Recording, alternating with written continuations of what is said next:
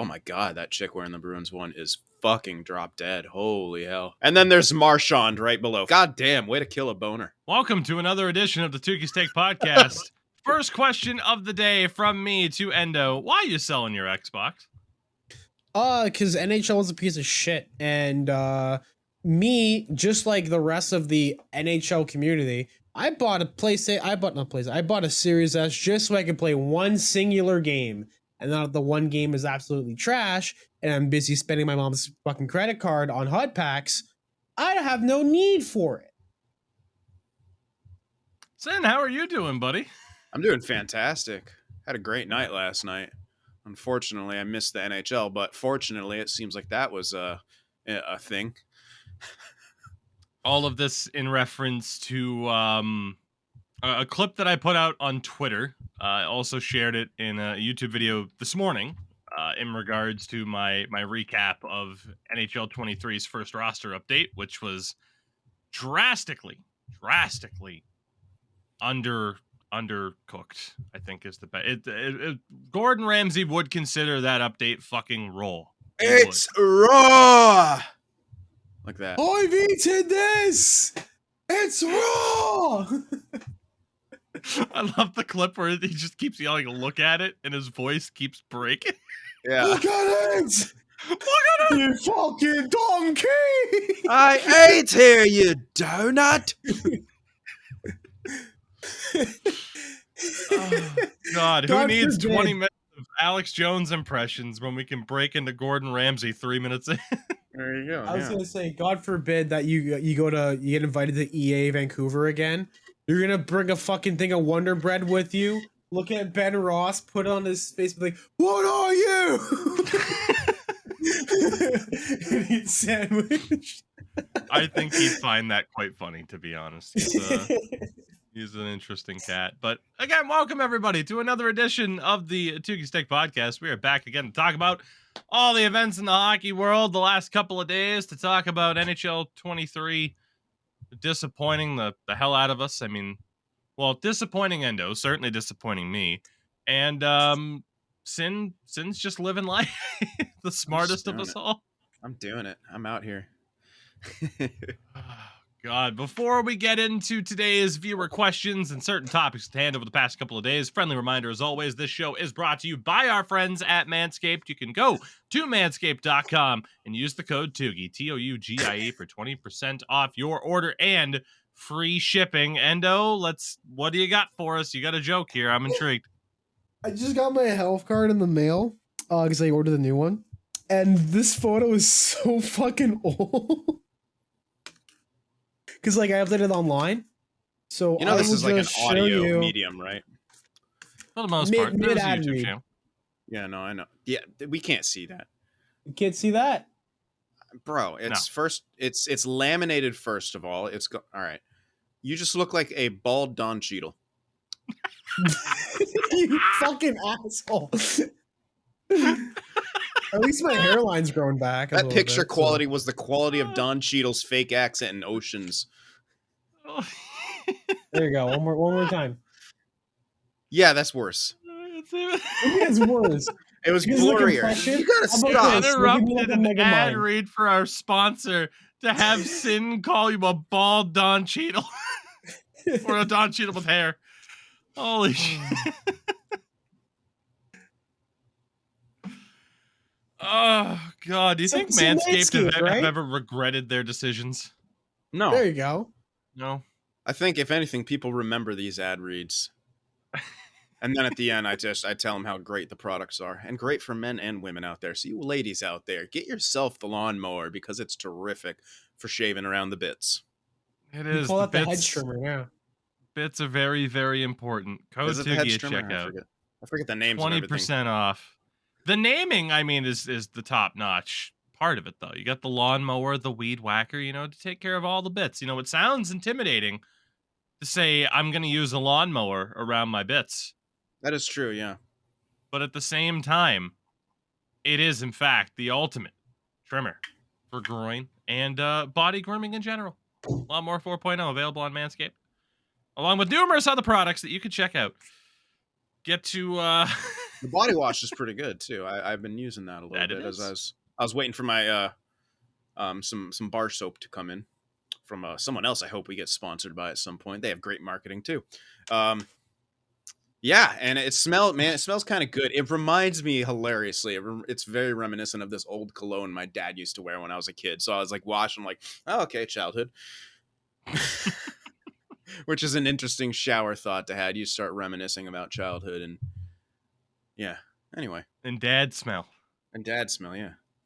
Positive dad smell. Go You to want to get rid of that bed, negative dad dad. smell. Yeah. Manscaped.com. Code Don Cheadle.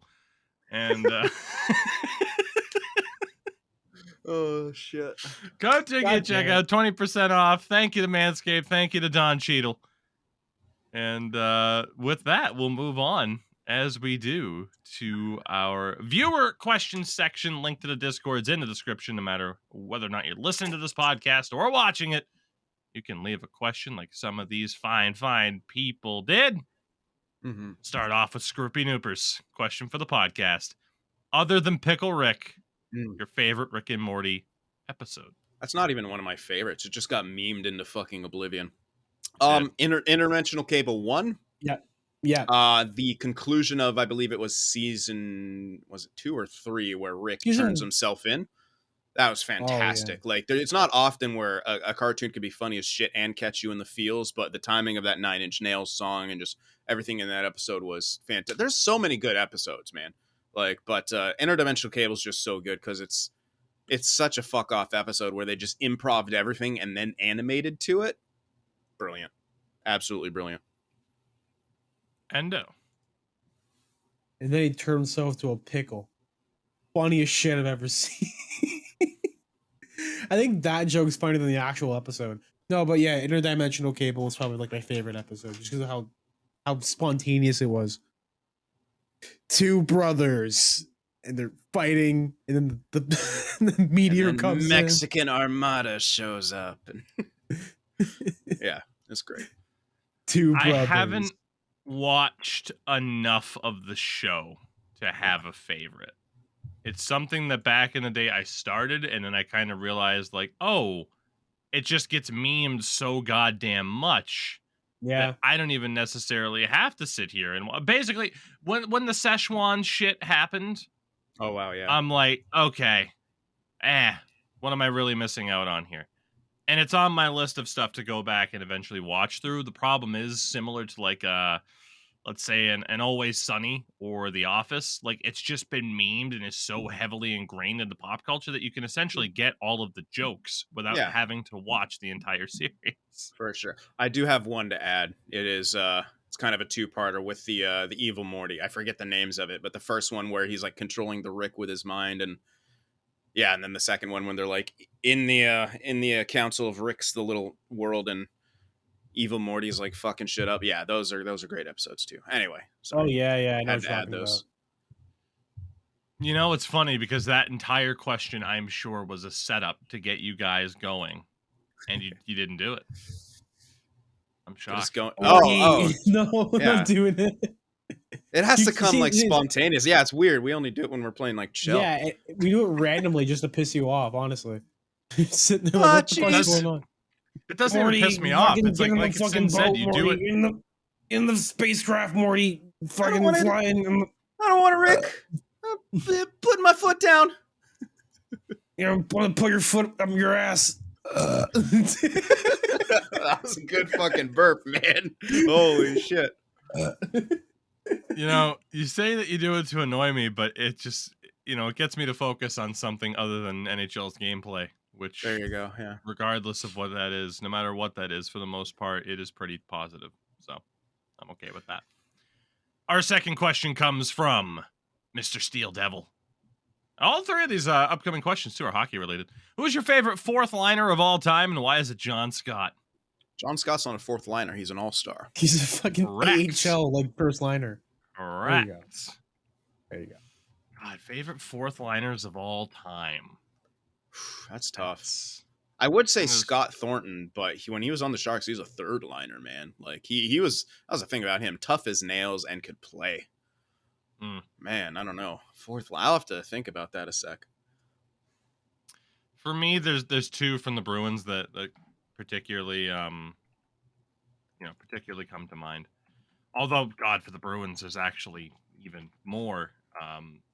Especially, oh God, around the time that they won the Stanley Cup, in terms of the fourth line that they were kind of rocking at the time, with the likes of Dan Paille, Gregory Campbell, and Sean Thornton. Sean Thornton's, I think he and PJ Stock are my 1A and 1B, and that's only because I met PJ Stock came to my random ass small town at a sporting goods store for an autograph signing when I was like 9. Yeah. And I got to meet PJ Stock. So I mean, that, you meet a hockey player when you're 9. Oh yeah. You're gonna like that hockey player. That's just how Yeah. it works. It's absolutely. Yeah. I gotta go with Mark Smith. Like, he's just, God, I loved him. I've brought him up before, and every time Tougie has to look him up, and then he's like, "Oh yeah." I remembered him this time. Yeah. 5'10", fought anyone, had his hair dyed crazy, plays music. He would even when he was on the Sharks, he'd be playing gigs around like the Bay Area. He used to Just play guitar, living your dream, and blow on a djembe at the same time. Fucking legend. God, I need to I think Wait, did I say djembe? A didgeridoo. Sorry, djembe's a goddamn hand drum. We'll never forgive you for that mistake. I don't forgive myself as a drummer. I feel awful. Endo, what do you got? I was gonna say, who's that little short fuck who revived his career with the Toronto Maple Leafs as of recently? Used to play for the Wild, got bought out of his contract, was a fourth liner, was fucking insane. I don't know if he's on the Leafs. I feel like you should know him. Well, he was on the Leafs for a bit, and then he went to Ottawa. Then from Ottawa, he went to Edmonton. Tyler Ennis. Yeah, Tyler Ennis. What a fucking Nathan beauty. Gerby didn't play for the Leafs, unfortunately. Just Tyler retired Ennis, though, Nathan Gerby. We miss him. Nathan Gerby, who I believe took up a role within the organization with the Blue Jackets. I believe so. And the fourth one's Joel Ward. That's a good. What was he? Yeah. Was he at fourth? He was a fourth liner. He only had 20 goals. He was too good to be on the Sharks. He was not a fourth liner. You sure about that? I'm 100% sure. He played with Logan Couture at times, like in that Sharks lineup. I consider him that Sharks team wasn't that good sometimes. So the fuck you talking about? They made the cup. Did they win the cup? You need to lick my taint. No. You got my address? No. You got my address? Pull up. Pull up. Yeah, I do have your address, bitch. I'll see you in a week.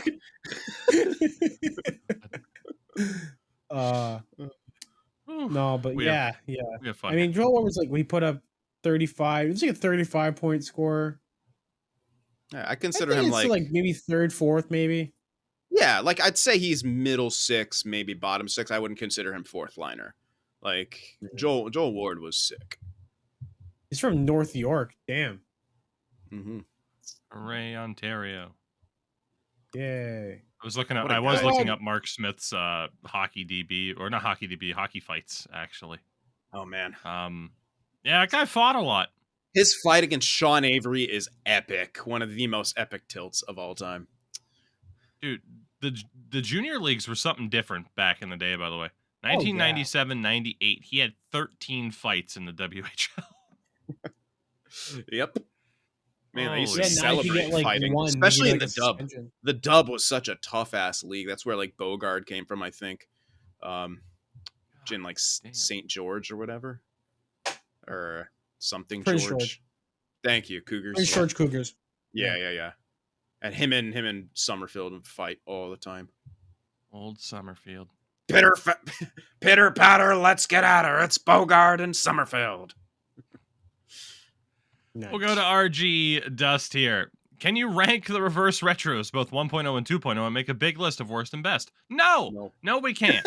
But we can talk about the NHL reverse retros 2.0 that were revealed today. I did, from my side of things, I put out a 40-minute long mini podcast, essentially, talking about those jerseys, comparing them. I basically did that video idea that's already out there for my thoughts specifically.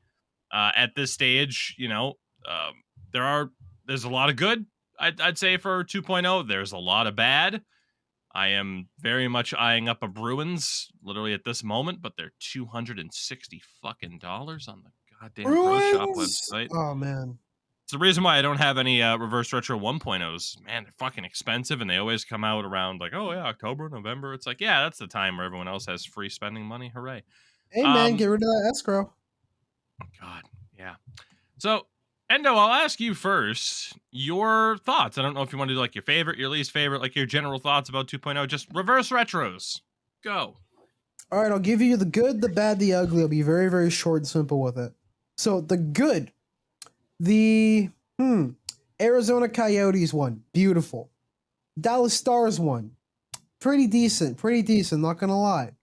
The bad, I'm gonna say both Detroit and Chicago's are absolutely asinine because they both went, hey, take my homework, but just kind of like copy a little bit. And I know like we went from having like a white Red Wings, like a white and gray Red Wings jersey last year to like now trying something out with the black and red, and it was an effort, it was an attempt, but I don't think it worked the way people really expected it to. I think if they kept it instead of being like a black base and made it like a white base, it would have worked a lot better. And then for Chicago's is just like no, no bueno. You could have done something with the shoulder patch with the tomahawk a little bit there. That would have been a lot. That would have been really, really cool. But it's just like Chicago. Like, okay, what I would buy it if you didn't like when you zoom in on that Chicago jersey. It looks like the regular standard Chicago logo is subliminated onto the jersey itself, meaning that you couldn't undo the stitching to take it off. Otherwise, I would buy it. Get me a Chicago jersey. It doesn't have a character, a caricature, a face on it. That's all I'm asking. You're really for. gonna die in that hill, aren't you? I am. Yeah. I don't currently own a Chicago jersey. I'd like to own one, but they just can't help themselves. Power to the people. Yeah. GameStop. And then like, and then there's like one that's really like the Leaf one was pretty decent. I'm not gonna lie, the Leaf one was like, it was really nice to see like homage to 1962. The year we won the cup. Maybe let's make that a regular jersey. Make that like the inverse of the white regular jersey. There were some of them that were like pretty decent, and then some that were like, eh. And then there weren't really like any big, massive, like, what the hell is this? I mean, the Blues one was like based on a prototype, which was pretty cool. I think the one I was kind of like, what the hell is this? Is like the Storm one that the Lightning put out. Mm-hmm. It's like a fucking like Hot Wheels like car strapping on the side with the rain and the thunder and all that. I mean, I guess it's not ugly. It's not pretty. It's just kind of like, Tampa's is pretty goddamn horrendous. It's one of my least favorite of the group. I think Florida's bad, Detroit's bad, Columbus and Winnipeg's are abysmal. Oh my god. I love Columbus's shit. I think it's maybe the worst jersey of the bunch. Huh. Maybe I'd put Detroit below it, but I can't stand it. But hey, perfect time, Sin. Take over. Your thoughts? Yeah. Go for it. I have a top 3. The Florida jerseys, incredible. Absolutely flawless. They are beautiful. The color scheme is great. I love what they did with the logo.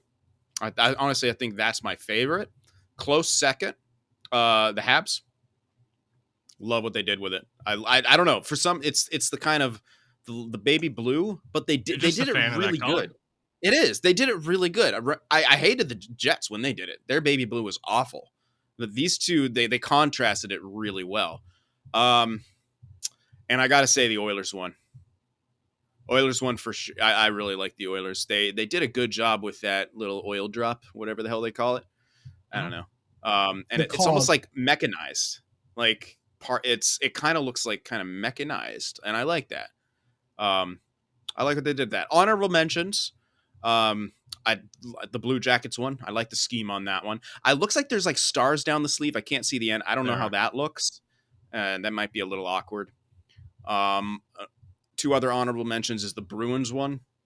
It's the Ruins. oh, and then like the little like the lightning bolt lines on it is dope. And the Coyotes are an honorable mention, of course. But yeah, the off and probably the Ducks. You gotta love that old Ducks logo, but it's kind of the same as what it was, or similar to an alternate that they had. The ones that I hate, Calgary, just for that bottom bit, it's fucking god awful.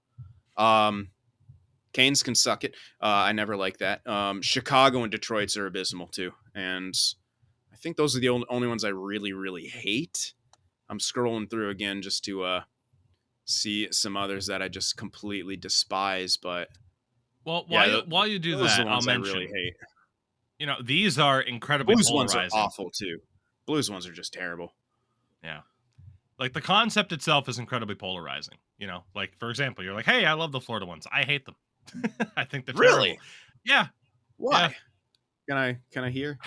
What's your I reasoning? don't think the blue works at all with the red and the yellow Huh. and the collar. I don't think it comes together well at all. I love it. I just think it's a mishmash of colors. I mean, Florida is a Fair mishmash of enough. colors. But fair enough. But like I said, and that's okay. Like it's just that idea of a lot of these are, some people are going to love them. Some people are going to hate them. Like I look at like the Islanders and the Rangers jerseys. I think both of them are terrible. Ottawa's jersey, I think, is terrible. There's a lot of bad ones in here for me. Then there's a lot of teams where it's like, okay, Toronto wins my Islanders award from the first reverse retro because it's a good jersey, but it doesn't fit the fucking theme at all. Yeah. So like Toronto's jersey is fine. Perfectly another fine. Leafs jersey.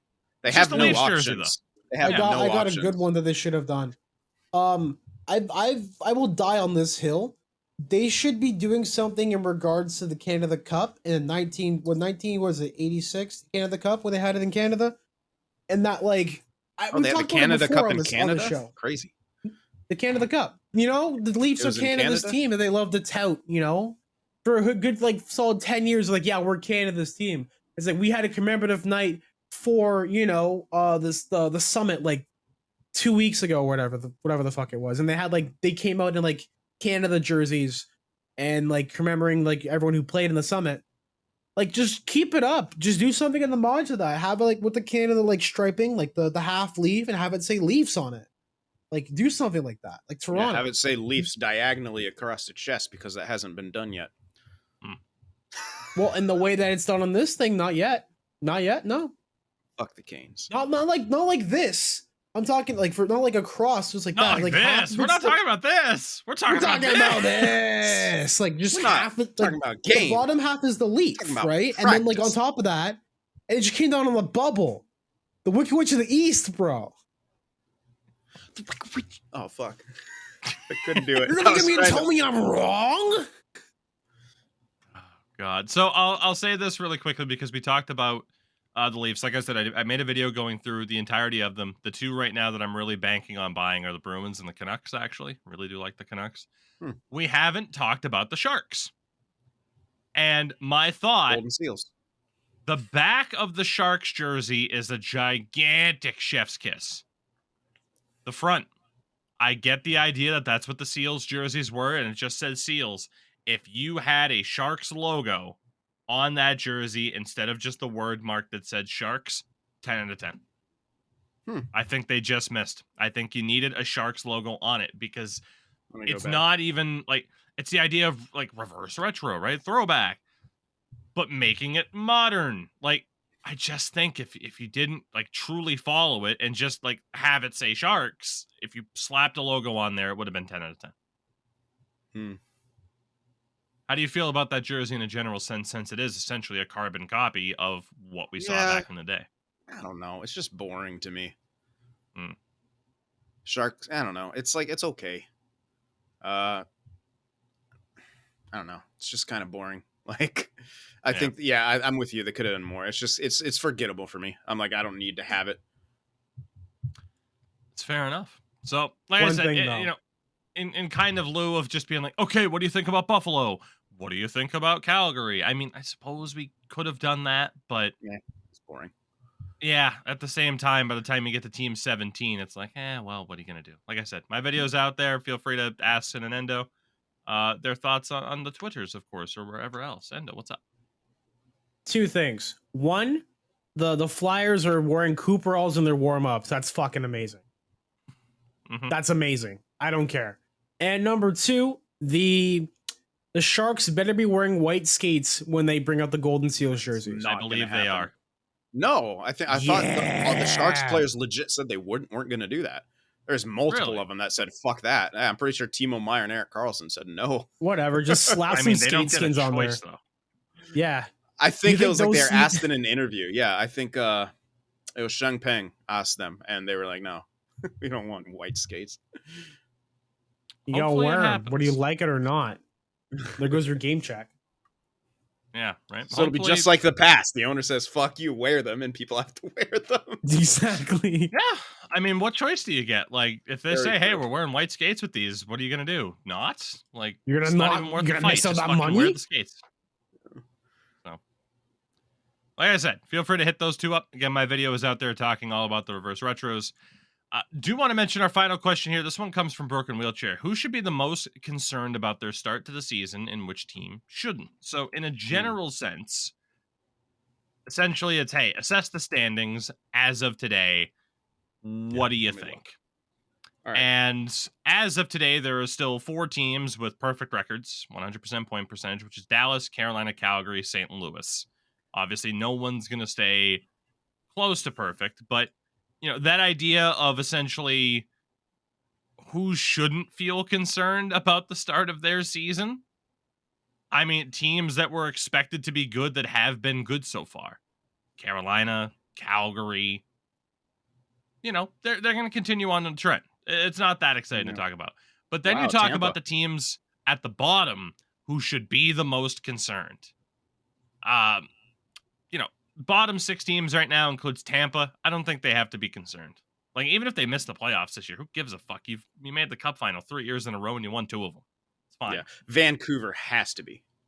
Vancouver is my top. Like, that's the top one. Because it's not only that they're 0-3-1, it's the manner in which they lost those games. Blowing multiple goal leads multiple times. I think like all 3 out of 4 games. All 4? Holy shit. All 4 games now. And that was going to be one of our talking points later on. All 4 games, they had multi-goal leads, so at least 2-0. Yeah. And lost all 4 games. First team to ever do that. Yeah, San Jose does not need to be concerned. Stay the course, motherfuckers. Stay the course. Sell Reimer at the deadline, baby. Sell Luke Kunin when he has 50 points at the deadline. Because he's going to be the only one fucking skying. Anyway, I can't wait. Give me Bedard, please. So, Columbus, moderate concern. They should be better than 1-3-0, but it's early. Anaheim, same thing. Minnesota's 0-3 so far. They've allowed 20 goals in 3 games. Pretty rough. Yeah. It's Minnesota and Vancouver as the 1-2 with Vancouver at the top of that list for sure. I mean, yeah. Frickin' Bruce, there it is. Bruce, there it goes. There he goes at this rate. Like that's a fan base that is not going to stand for it's hard to say level of ineptitude for too long. Because like Ottawa and New Jersey only have 3 games played, so it's like it's hard to judge this early. But yeah, for sure. New Jersey, if they lose another one, man, I would be concerned if I was them. You're supposed to be getting towards the playoffs at this point. And Ottawa, I mean, if they lose another couple games too, it's like, yeah, they're still Ottawa, but you did so much in the offseason that everyone loved. You're supposed to be on the up and up, essentially, I think. Like, that's why you got Giroux. Mm-hmm. But yeah, I think it's a little too early to judge too heavily. Yes. I mean, in terms of games played, the least is 2 for St. Louis. The most is 5 for a couple of teams. So San Jose 0-5. Let's go. So with that, as always, we thank you guys for sending in your questions. Before we get to kind of going to the day by day, there were 2 kind of big talking points. The first being, let's go with the Greg Wyshynski one, mentioning that the NHL put out a statement. Its U.S. female fan base grew faster than any other league at plus 4.9 million, an increase of 30%, according to a research firm from 2009 to 2011. 4 out of 10 U.S. NHL fans are women. Yeah. That is incredibly promising for the NHL. just don't continue to drop the ball with all the other shit you got going on. Yeah. Yeah. I Don't mean, blow it's it. clearly evident with all the Twitter accounts that are popping up on my feeds. Like, Dude, I think it's thirst- fantastic. It's Mhm. awesome. The Mitts, It's awesome. It's if we can ridiculous. shout out another podcast, Mitts and Chicks, 3, young girls who are doing a hockey podcast, which is kick ass. And I think a huge part of it's come in the last few years, especially from 09 to 21, like these last few years, especially when fan cams went a long way. And I yeah. know so many people hated them, but it's like they're promoting better than NHL is. Like they're marketing to new places better than the NHL is. Like this is a good thing. I don't care if it annoys you and your delicate sensibilities and your insecurities as a man. Fucking who cares? You know who looks great with glitter? Cale Makar. I learned that. Yeah. Like I love it. I love because it's new promotions reaching new audiences. That's how you're supposed to market, and that's fantastic. And there's a lot of young girls and young women too getting into this sport, and that's great. And again, NHL stopped dropping the ball with all the sexual assault shit, so you don't drive them away. Yeah. Pretty much. I was gonna say, do you guys remember when I think it was like last year or something, when that one dude was like an NHL ambassador or something like that? It was like a TikToker. Can't remember his name. Mm-hmm. But everyone was kind of like, yeah. "Hey, yo, what the fuck?" And then no one heard anything of him ever since. Mm-hmm. Yeah, what happened with that? He was like a lightning guy. That's what I'm asking. That's what I'm asking you guys the question. Like, yeah, what happened was, to him? Josh Richards. I know he did a bunch of stuff with Barstool immediately after he got the signing. Oh well, that I don't know there, what. There you go. That'll kill it. Yeah. Shots fired. Yeah. No, but I don't know what happened to him. He was pushed as his face, and everyone was like, "Hey, what is this sparkly teen, typical hockey boy looking motherfucker?" And then everyone just started roasting him for his past playing hockey, and apparently he wasn't that good at he was good to play junior, but wasn't good, and people say it wasn't satisfactory enough. Oh well, but I was always wondering what happened to him, because they were really pushing for that to be you're gonna bridge the ties between the youth, and then we have girls, young females and women making fan cams and probably doing 10 times better job than that dude did by twirling a stick and walking out to grittying and being why you always in a mood walking around like you can't lose. I don't it's crazy how the most resources you could probably get are from people just doing it as for fun. Yeah. Oh, fair Yeah. enough. I have nothing else to add to that. The other major talking point, major, the NHL essentially speculating that the salary cap could go up by at least $4 million heading into the 2023-24 season. Interesting. That's a pretty big jump once it, as it gets back on track. That is a pretty big jump. That's a third of Austin Matthews' Arizona Coyotes contract. Yeah. And Nintendo gets distracted at the worst possible time for us, but that's okay. Yeah, sorry, what was that? I was dealing with women. I was waiting for that. Nothing. Salary cap might go up by $4 million. Oh, it's gonna be great, right? Austin Matthews to the Oats. Yeah. Give it. This is the year we have to convince the $1 million half Latino man to stay in the with the Leafs, and I doubt it's gonna happen. $1 million half Latino man. Is that too long for a title? That's what he is. Just use the dollar sign. Yeah. $1 million. Oh, so we'll do $1 million Million peso? sign and then one half, even though it's only one character shorter. Yeah, $1 million sign, half Latino man. There we go. We got an episode title. Unless something perfect. There you go. Yeah, obviously we don't know yet for sure. Yeah. If the salary cap's actually going to go up and the ramifications of that. I'm intrigued though if it does go up by $4 million in one shot. How is that dispersed? Is it just the star players making more money, or do you see lower level guys getting paid a little bit more? Because I just see it going to almost a course correction of star players getting paid even more. I don't know. I feel I like mean, there's in a lot of ways there's no more middle class in the NHL, and that's happening kind of No more everywhere. middle class anywhere, baby. I know, but like, where are the guys? Like, there's not a whole lot like making those middle class bucks, like 3 million. Third line is making 3 million. Like, nah, you're getting guys league minimum and putting them in third line roles at times. Mm. Like yeah. even fourth line, you used to not pay league minimum for fourth liners. Like those were depth or veterans. Mhm. Or hometown discounts, like 1 mil, And now instead, 1.5 for fourth liners. Nick Delorier gets paid 1.75 for 4 years. Oh, it's the term. It's the term for me. Mm. Whew. Good for him though. Get paid, I mean, motherfucker. Philadelphia, you got that It's working. Delorier contract. It is working. You got Heart $7 in a million torque system. third liner JVR. I love $7 million third liner JVR. That's a good one too. Yeah. Damn it. We'll talk about Philly here very soon. Let's actually get into talking about some of the games that happened, some of the more standout moments. The New York Rangers played the Anaheim Ducks on Monday, beat them 6-4. Mika Zibanejad with another 2-goal game. He has 4 on the season. John Gibson and the Ducks have been bad, especially that defense. We kind of talked about it last episode, how it's already looking kind of rough. It's getting even worse, but don't worry. He still has a 90 overall in NHL 23. So John Let's Gibson, not mention NHL for your sanity.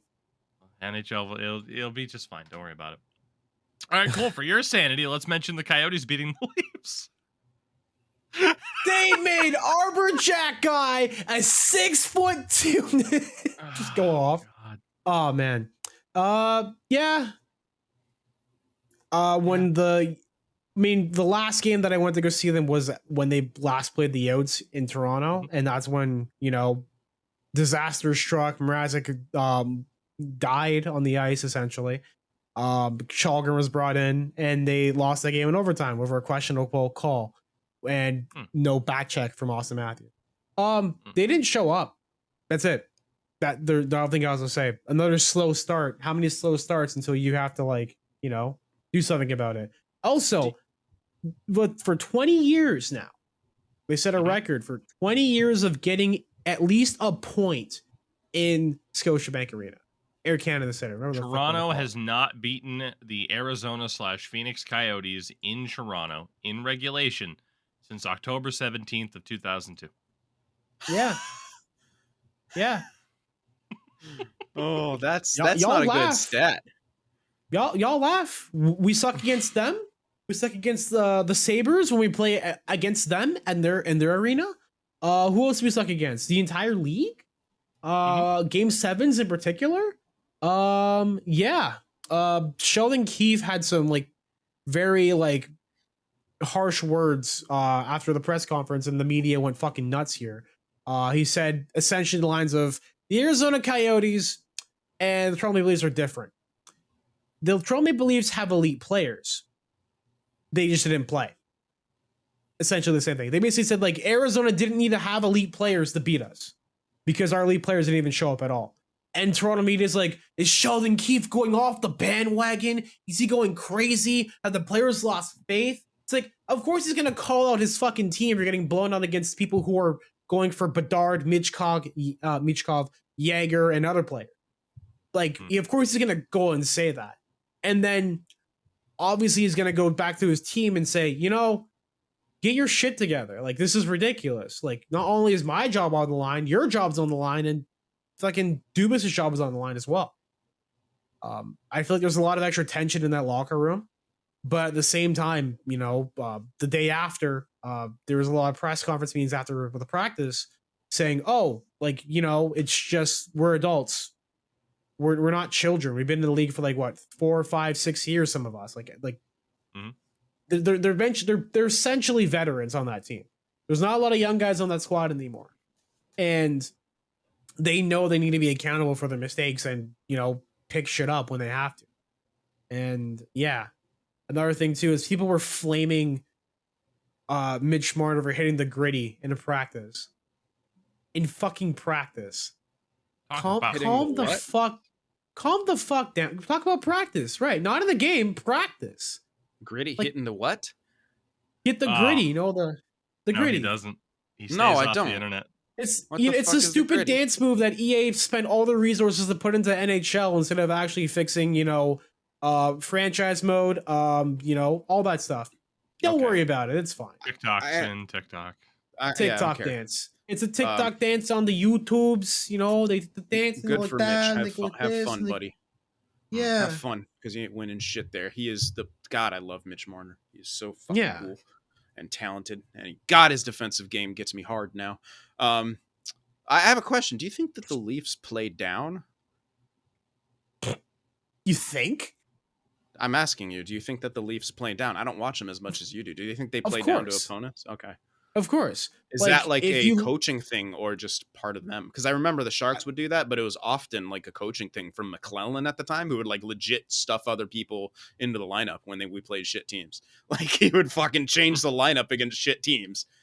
I mean, he's been pushing a lot more with Justin Hall and like Jake Muzzin when like they have a lower team out there to like get them more ice and get them more reps. I mean, it's blowing up in their face. I remember Mike Babcock had a system as controversial as he is. He had a system in place for winning games per week.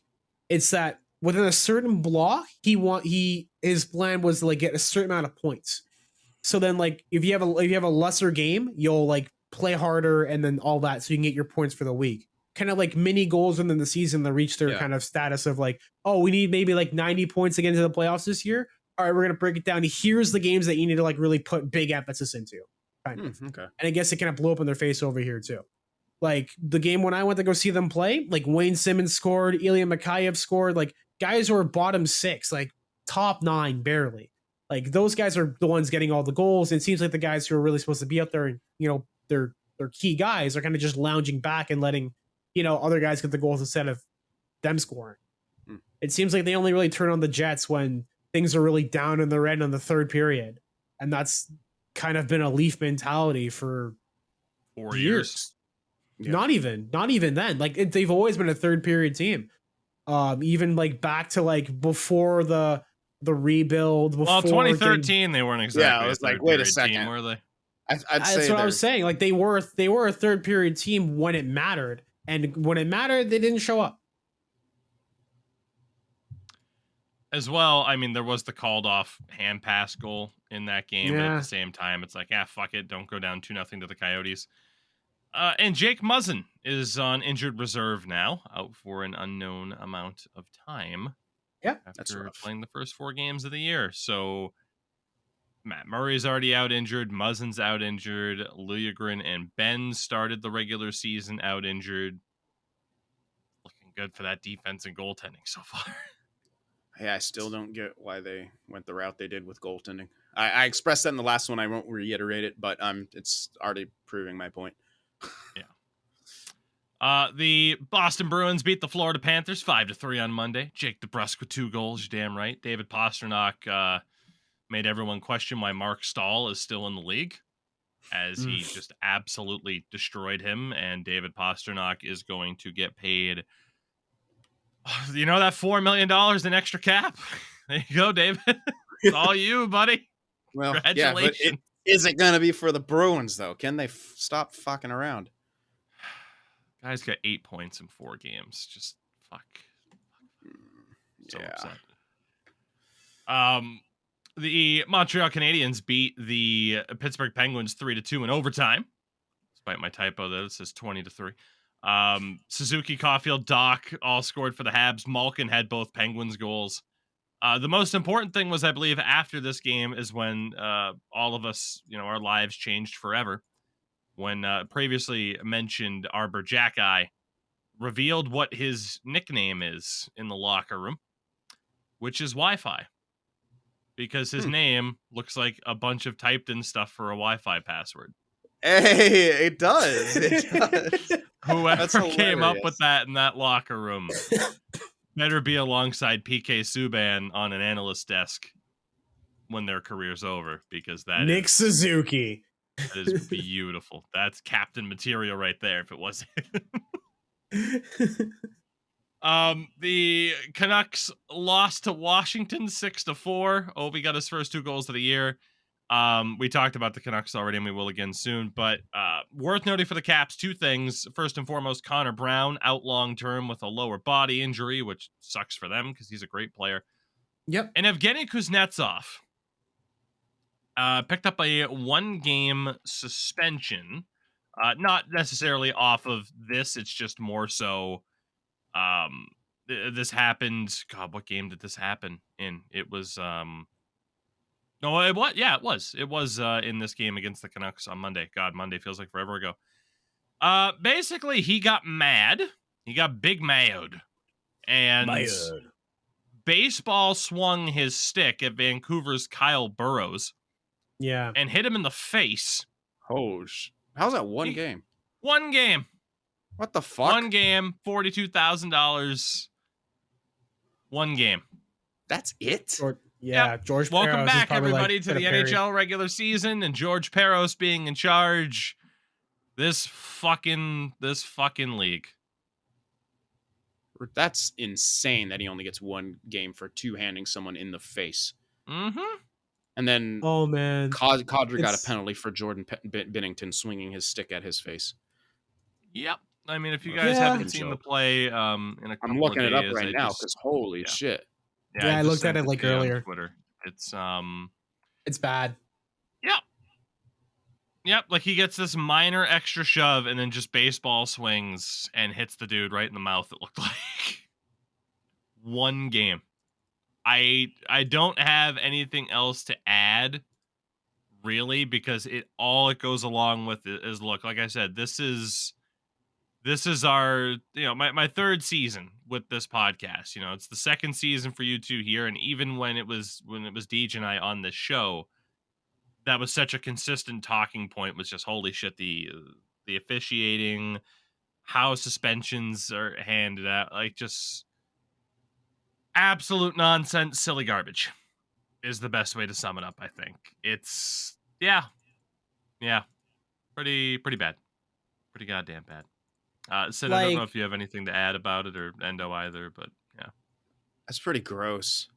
That's Oh, and then he bad. hits him after he's down too. Yep. What the He knows fuck? he's down too, and he does the shove. I've seen that happen in fucking. He's like, "What did I beer do?" league. Boom, and then hits him. What the fuck? How is that? I don't get this league. star player, That's- baby. I'm so glad. That's I'm a off beer Twitter, man. league antic right there too. Speaking of beer league, I'll get to that story at the end of the podcast, but I have a story to tell you guys. Holy crap! But Very yeah, this quiet. is typical. It's essentially like everyone says the meme is like spin the wheel, but it's literally just like spin the wheel and just spin it, and it just says "lol, get fucked." Like it's ridiculous. Like, and then like the player association is probably advocating for lesser sentences anyways because they're always in the rights of the players. But like, the guy just got like two-handed right in the mouth. Like, how is that like only 1 game? That's stupid. Because the league doesn't care. It's been very clear. So, fuck And it. that's the I'm not reason gonna get why angry at it. people are I'm gonna asking be for more dismayed. money. Like, I think that's the reason why people are asking for more money for contracts and stuff like that. And like, people aren't willing to take less money because they realize, all right, I'm in it for myself. I'll just take as much money as I can, and it puts the owners in a situation as well. When it comes to cap reason. Also, coke's one hell of a drug. That too. The LA Kings beat the Detroit Red Wings 5-4. 2 goals for Philip Dano, the overtime winner. David Perron scored 2 goals. I believe second and third of the year for Detroit.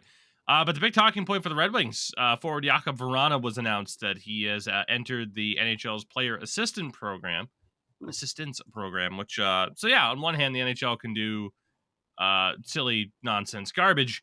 On the other, having this resource available, and we're seeing players actively take up the opportunity to step away, get the help that they might need to get. And yeah, I mean, you can pretty much only sum it up as best wishes to Jakub Vrana, and Yeah, whatever's I wish him going the on with best. him, it's not worth speculating. But No, I just want him well, and I hope he and his family will be well. so an indefinite period of time there, and taking care of the more important things as opposed to a sport. The Colorado Avalanche beat the Minnesota Wild 6-3. The Avs had 6 different goal scorers. Kaprizov scored 2 for the Wild, kind of like we talked about earlier. Mentioning the Wild in the same vein as the Canucks, they got to figure that out. It's only a couple games into the season, but their defense and goaltending have been terrible. Yeah, And they allowed a shouldn't lot of be. goals in the other games too, didn't they? Mm-hmm. Yeah. Yeah, Oof. they've. I'm gonna look up their differential because I think it's like gonna be probably -10 by this point. I think it's over that if I'm not mistaken. Woo! All right, Well, let's see here. so their All right, I goalies. have it right here. Okay. All right, let's do it. Over under 10. What do you think, Endo? For Oh, it's Minnesota's over. differential. Over. Tougie says over. Endo says over. You're both wrong. It's actually Really? -8. It's -8. Wow. Yeah, so they've gotten goals with it. Well, you know why I'm surprised? Bonus I'm question. surprised. Okay. Which team do you think has the worst differential? It's Vancouver. It's got to be. Well, it's gotta be. Endo? It's Well, Vancouver no, or wait. what? Ooh. The worst differential out of everyone. I don't think it's Vancouver. I don't think it is either. I want to say like Columbus. I don't know. I'll go Columbus. Sharks. I don't think the Sharks. That makes sense. -11 for the Sharks. Columbus is at -8 with Minnesota. Vancouver's at -6, which is impressive considering they had multi-goal leads every time. Yeah. So for Minnesota, the reason why I was wondering is because 2 games played apiece. Philip Gustafson for Minnesota, 5.11 goals against average with an .860 save percentage. Marc-Andre Fleury, an .846 goals against average with a .776 save percentage. Whew. So that's why I had presumptions about Minnesota. Reminder for the Sharks, James Reimer's played 3 of their 5 games and still has a .919 save percentage despite them having a league worst goal differential. He's so fucking good. We're going to get a first for him at the deadline. I refuse to not talk up James Reimer. Any chance I get, I will take it. It's disgusting, like how solid he's been career-wise and how he keeps just getting these like 1B roles when he's clearly a 1A or bona fide starter. True. Last 2 games on Monday, Stars beat the Jets. Nothing crazy there, and the Canes fucking stepped on the Seattle Kraken. That's about it. Yeah. Tuesday, Devils beat the Ducks. Finally got some offense going. That was their first win of the year for the Devils. The Ottawa Senators beat the Boston Bruins 7-5.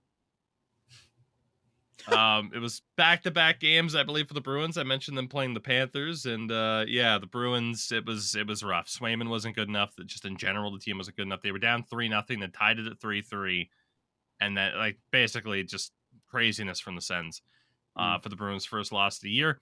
Good note for the Bruins. Matt Grzelcyk's coming back. He's finally healthy and ready to go. Good news for the Sens.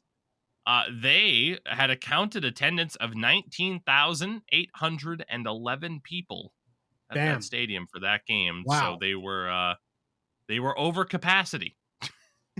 The capacity is listed at 18,600. So 106% capacity sellout for the Sens, which is great news. Great to see. Yeah, Again, we kind of talked about that all offseason. The hype level for that team right now. It's nice. Good job, Melnick sisters. Right? Let that team actually be a team. Yeah. Speaking of teams that are just a team, the Blue Jackets beat the Canucks 4-3 in overtime for their first win of the year. Bo Horvat had 2 goals for Vancouver, but again, this was the Canucks' 4th game with a multi-point lead and their 4th loss on the season. Brutal. History making. Yeah. Record breaking.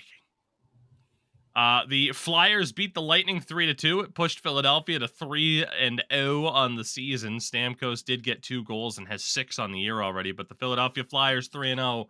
Carter Hart, baby. Carter Hart. Carter Hart in the short system, baby. That's the way to do it. Leading the fantasy charge. And not leading the fantasy charge, the Sharks, who lost to the Islanders 5-2. They are now 0-5 on the season. Yeah, but you know what? Bright note. Wallstrom 2 goals. Better than Caulfield. Mm-hmm. There you go. The race is back on. The race is back on. Sharks are gonna get Connor Bedard. They need to, please. I don't ask for much, hockey gods. Please, just give me this one thing. Now, I'll propose this to you. Yeah. Sharks get Connor Bedard, but they don't win a cup with him. And they have Fuck to... you! Hold on. So you get Connor Bedard as a Sharks fan. Yeah. But you have to agree in this deal with the devil that if they don't win a cup with Bedard, the franchise gets moved. Yeah. Yeah? Yeah. I don't give a fuck. They can be wherever they want. Maybe it would relieve me. Yeah, I don't care. Move them. At that point, like, okay, they unfortunately did not win with Marlowe and with Thornton. Or with Thornton. If they you don't also win with waste Bedard, Bedard, if they were to Yeah. get him and they also waste him, just be like, fuck it, move him to Houston. Yeah, fold the franchise. Don't even move him, just fucking end it. fold them, and so they can expand because they get money for that. The league gets There money you go. for that. Oh man. Fold the fucking franchise if we get Bedard and don't win a cup. Straight up. Connor We're gonna Bedard to San Jose, relocate let's do it. them. What are you If you mumbling fold them, about? we're gonna relocate them. That's the question. No, No, you it would just fold be a them different and team pops up a anywhere. new- Like the a new Sharks legacy expansion team. dies. Yeah, a new expansion team comes because that way they have to pay the league money. Oh, so Yeah. Quebec. No, Mhm. Probably. Quebec's No. never getting another You're team. like, yeah, and it's just like, no. Quebec is never The getting another duality team. of NHL fans right here. Canada is not getting another pro team. There's just simply not enough people there. Hamilton will get a team, you know. Saskatoon. Saskatchewan. Yeah, All they're from 300,000 of them. Saskatoon. Sorry. Was I from Grown Ups or something? That one dude at the water park? Yeah, I'm from Saskatoon. God, Those I can't say I ever teasers. watched that movie, so I wouldn't know. Oh, man, it was funny as shit. Anyway. Final games on Tuesday. Sabres beat the Oilers 4-2. Tage Thompson finally scored. Don't know if he's hitting 30 or 40 again. Flames beat the Golden Knights to move to 3-0, and the Kings beat the Predators 4-3. Not too much to add to those games. Wednesday, Panthers beat the Flyers 4-3. It was the Flyers' first loss of the year. Aaron Ekblad for the Florida Panthers, though, has been placed on LTIR. Oh, no. Yeah. This is like, didn't we talk about how much we feared this? I mean, I think we talk about it every season, but this is heartbreaking. So their defense on paper that played in the Flyers game, because he got hurt in a game against the Bruins. They're also currently missing Brandon Montour and Anthony Duclair. Their defense for their last game was Gustav Forsling and Matt Kierstead, who was an undrafted college player. Congrats. Played 10 games for the Panthers last year, had 63 games in the AHL. So Not bad. yet to crack a full-time spot at 24. Second pairing is Josh Mahora and Radko Gudas. Third pair, Mark Stahl and Lucas Carlson. Oh, man. You know, it'd look good on that fucking team of Mackenzie Weegar, you dumbasses. Yeah, you fucking beat me to it. You know who'd look really good on that team right now to really shore things up instead of Matthew Tkachuk would be Jonathan fucking Huberdeau. Yep. And Mackenzie Weegar. I said it. I said Florida made the biggest mistake is to panic after a playoff loss, and they made it in the worst possible way, was to put that sandpaper in their top six. You fucked up, Florida. But like, you Kachuk, won. Kachuk Flyers, has 6 points in 4 games, right? On their second line playing with Sam Bennett and Rudolph Balcers, apparently. You know, had you found a different way to swap Huberdeau for Kachuk, you're fine, but it was the idea of also giving up Mackenzie Weegar that, like, I'm sorry, but like the best defenseman on that team that's left right now, you're debating Gustav Forsling and Radko Gudas as which one's better. Yeah, and both of them And they're belong in both the top solid, 6. but holy shit, they're not Mackenzie Weegar. No, they're 5 guys at best. I'll say 4 or 5 guys is at best, but I would put them in my top 6. Rough scenes for the Yeah, Cats third right now. St. Louis beat Seattle. Justin Falk scored 2 goals. Who knew he could do that still? And the Jets beat the Avalanche. Neil Pionk scored 2 goals. So did Mikko Rantanen. But it was announced that Gabriel Landeskog is going to be out for 12 weeks. Yeah, there goes my fantasy. Now, if I'm not mistaken, Avs fans, let me know. I'm pretty sure like they tried to take the route of rehabbing at first, a la Connor McDavid, and it just didn't work. So now he's going to be out for 12 weeks. He's 29 years old, out for 12 weeks after knee surgery. That's a rough loss. That's a real rough loss. Landeskog, I mean, typically every year, it looks like he misses some games. I mean, the COVID years are always a little bit funky in terms of the amount of games played and stuff like that. But he's obviously still a phenomenal player when he's in the lineup, but he's missed some time. It's crazy, by the way, that he's 29 years old already. Gabriel Landeskog. Like, second overall pick in 2011.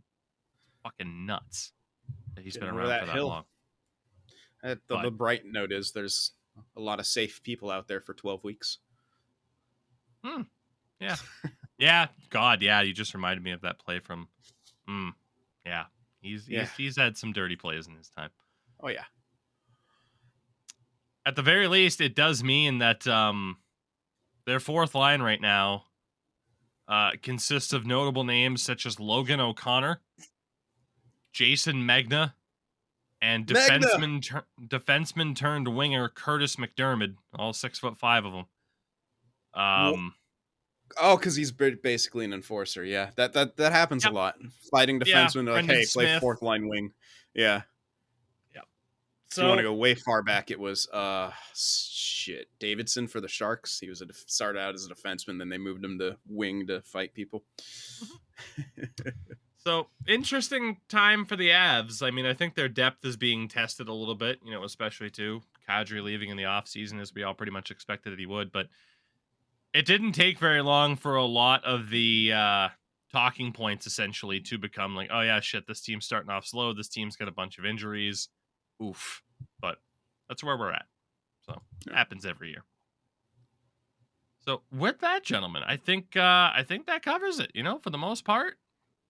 Able to get some talking points in there, able to make some obscure references that only makes one another laugh, but that's the joy of the podcast. Yeah, absolutely.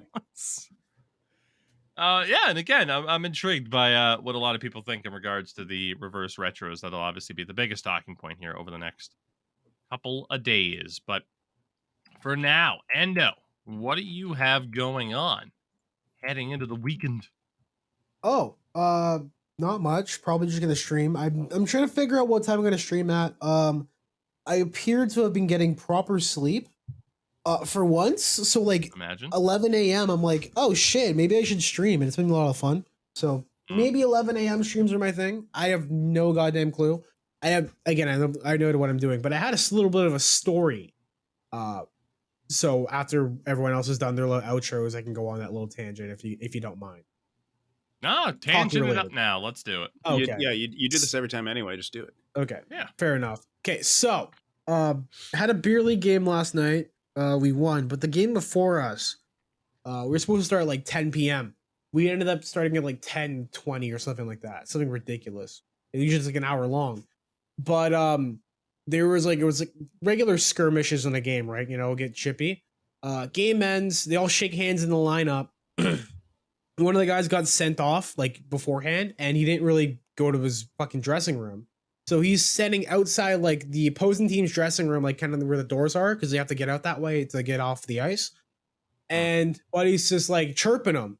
He's chirping him. He's like, "Oh, buddy, I'll wipe the floor with you, buddy." He's like, "You won't fight me. You're a pussy." And the dude walks over, like swag walks over and punches him right in the teeth. And the entire thing just breaks into a giant brawl off the ice. And I think the best part about it is that they're scrapping it out like on the side, and then you see the two refs with the game sheet just looking over each other, trying to see who's fighting and who's throwing numbers, who's throwing, and just to write up numbers and give off like who's gonna be like getting a suspension or not. It was the funniest thing ever because guys were just throwing hammers, and then like halfway through they stop, and then they start breaking it up again. They start fighting again. And then, like, how there's always someone in the audience being like, "Stop! Oh my god, please stop it!" Someone's girlfriend who's in the fight, ran through and tried to break up the fight where there's like 20, 30 hockey guys just beating the crap out of each other. I'm like, you're not going to do anything, honey. Like, what is this? And this is in a how serious of a beer league? I hate when This people isn't fight in beer league. It's this insane. isn't D League, so like That it's doesn't not like sound high good. level. It's like it's all right. These are Nothing to guys fucking who fight about, or have to get like a shiner and go to the office and be like, "Hey, yo, Timmy, why'd you get a shiner there?" "Oh, I fell down the stairs and I fell right on this guy's fist." Like, stupid. I just love the juxtaposition of Endo just being like, yeah, I watched a bunch of people punch one another. Sounds like, yeah, yesterday I went and played some music and met some cool people. Yeah. And I my stayed at home and got mad at NHL 23. What different lives we live. It's the Very California different 9 to lives. 5, baby. Yeah. Oh, God. And so there you go. Endo's just a strong fight observer and, just doing I the just think deal. the funny part about that too is I'll be real quick. I'll be real quick again. Is we're all going out to watch this all happen, and then my buddy has fucking 2 water bottles of water out there. Like, what are you gonna do? Hydrate the guys and go back out there for round 2? Like, what's going on? Every good fight needs a water. Oh, it was funny. You had Then to what do be you there. got going on, buddy? Yeah, I'm more the same. Playing music, doing the YouTube side of things. So you can check me out, Sin for the Win Production on YouTube. Doing a Toronto Maple Leafs franchise, experiencing Maple Leafs hockey. That franchise is cursed. Straight up, even in a video game. It's bullshit. I hate it. Want to die. Yeah. Yeah. Well, But the it's good thing is, entertaining. I will tell you that. It's fucking entertaining. We trolled LA. We got 2 of their amazing players and then had to use bunting to get it, but then we got back bunting at the trade deadline when they put him on the block. I was like, yeah, give me him. It was great. Fantastic. Great game. Fun Great time. game. Fun time. You want to see someone have fun playing the game? Watch Sin, because I don't know what the YouTube side of things is going to be for me. Who knows? NHL 23 might be the death knell for the YouTube side of things. On Twitch, though, still streaming practically every night, except for Thursday night. Got an early doctor's appointment on Friday that they refused to schedule for any other time other than 10 a.m. Fucking thanks. Damn it. Yeah, but hey, this weekend, who knows? Maybe some FIFA Pro Clubs as a free play weekend on F1 22. Maybe sooner rather than later we get back to some NHL 2K10 with that old fantasy draft idea. Yes. I mean, like, why I have a bother meme with? ready. If someone picks Danny Heatley again, I'm gonna have that meme. Oh fuck, you're gonna make me left wing again.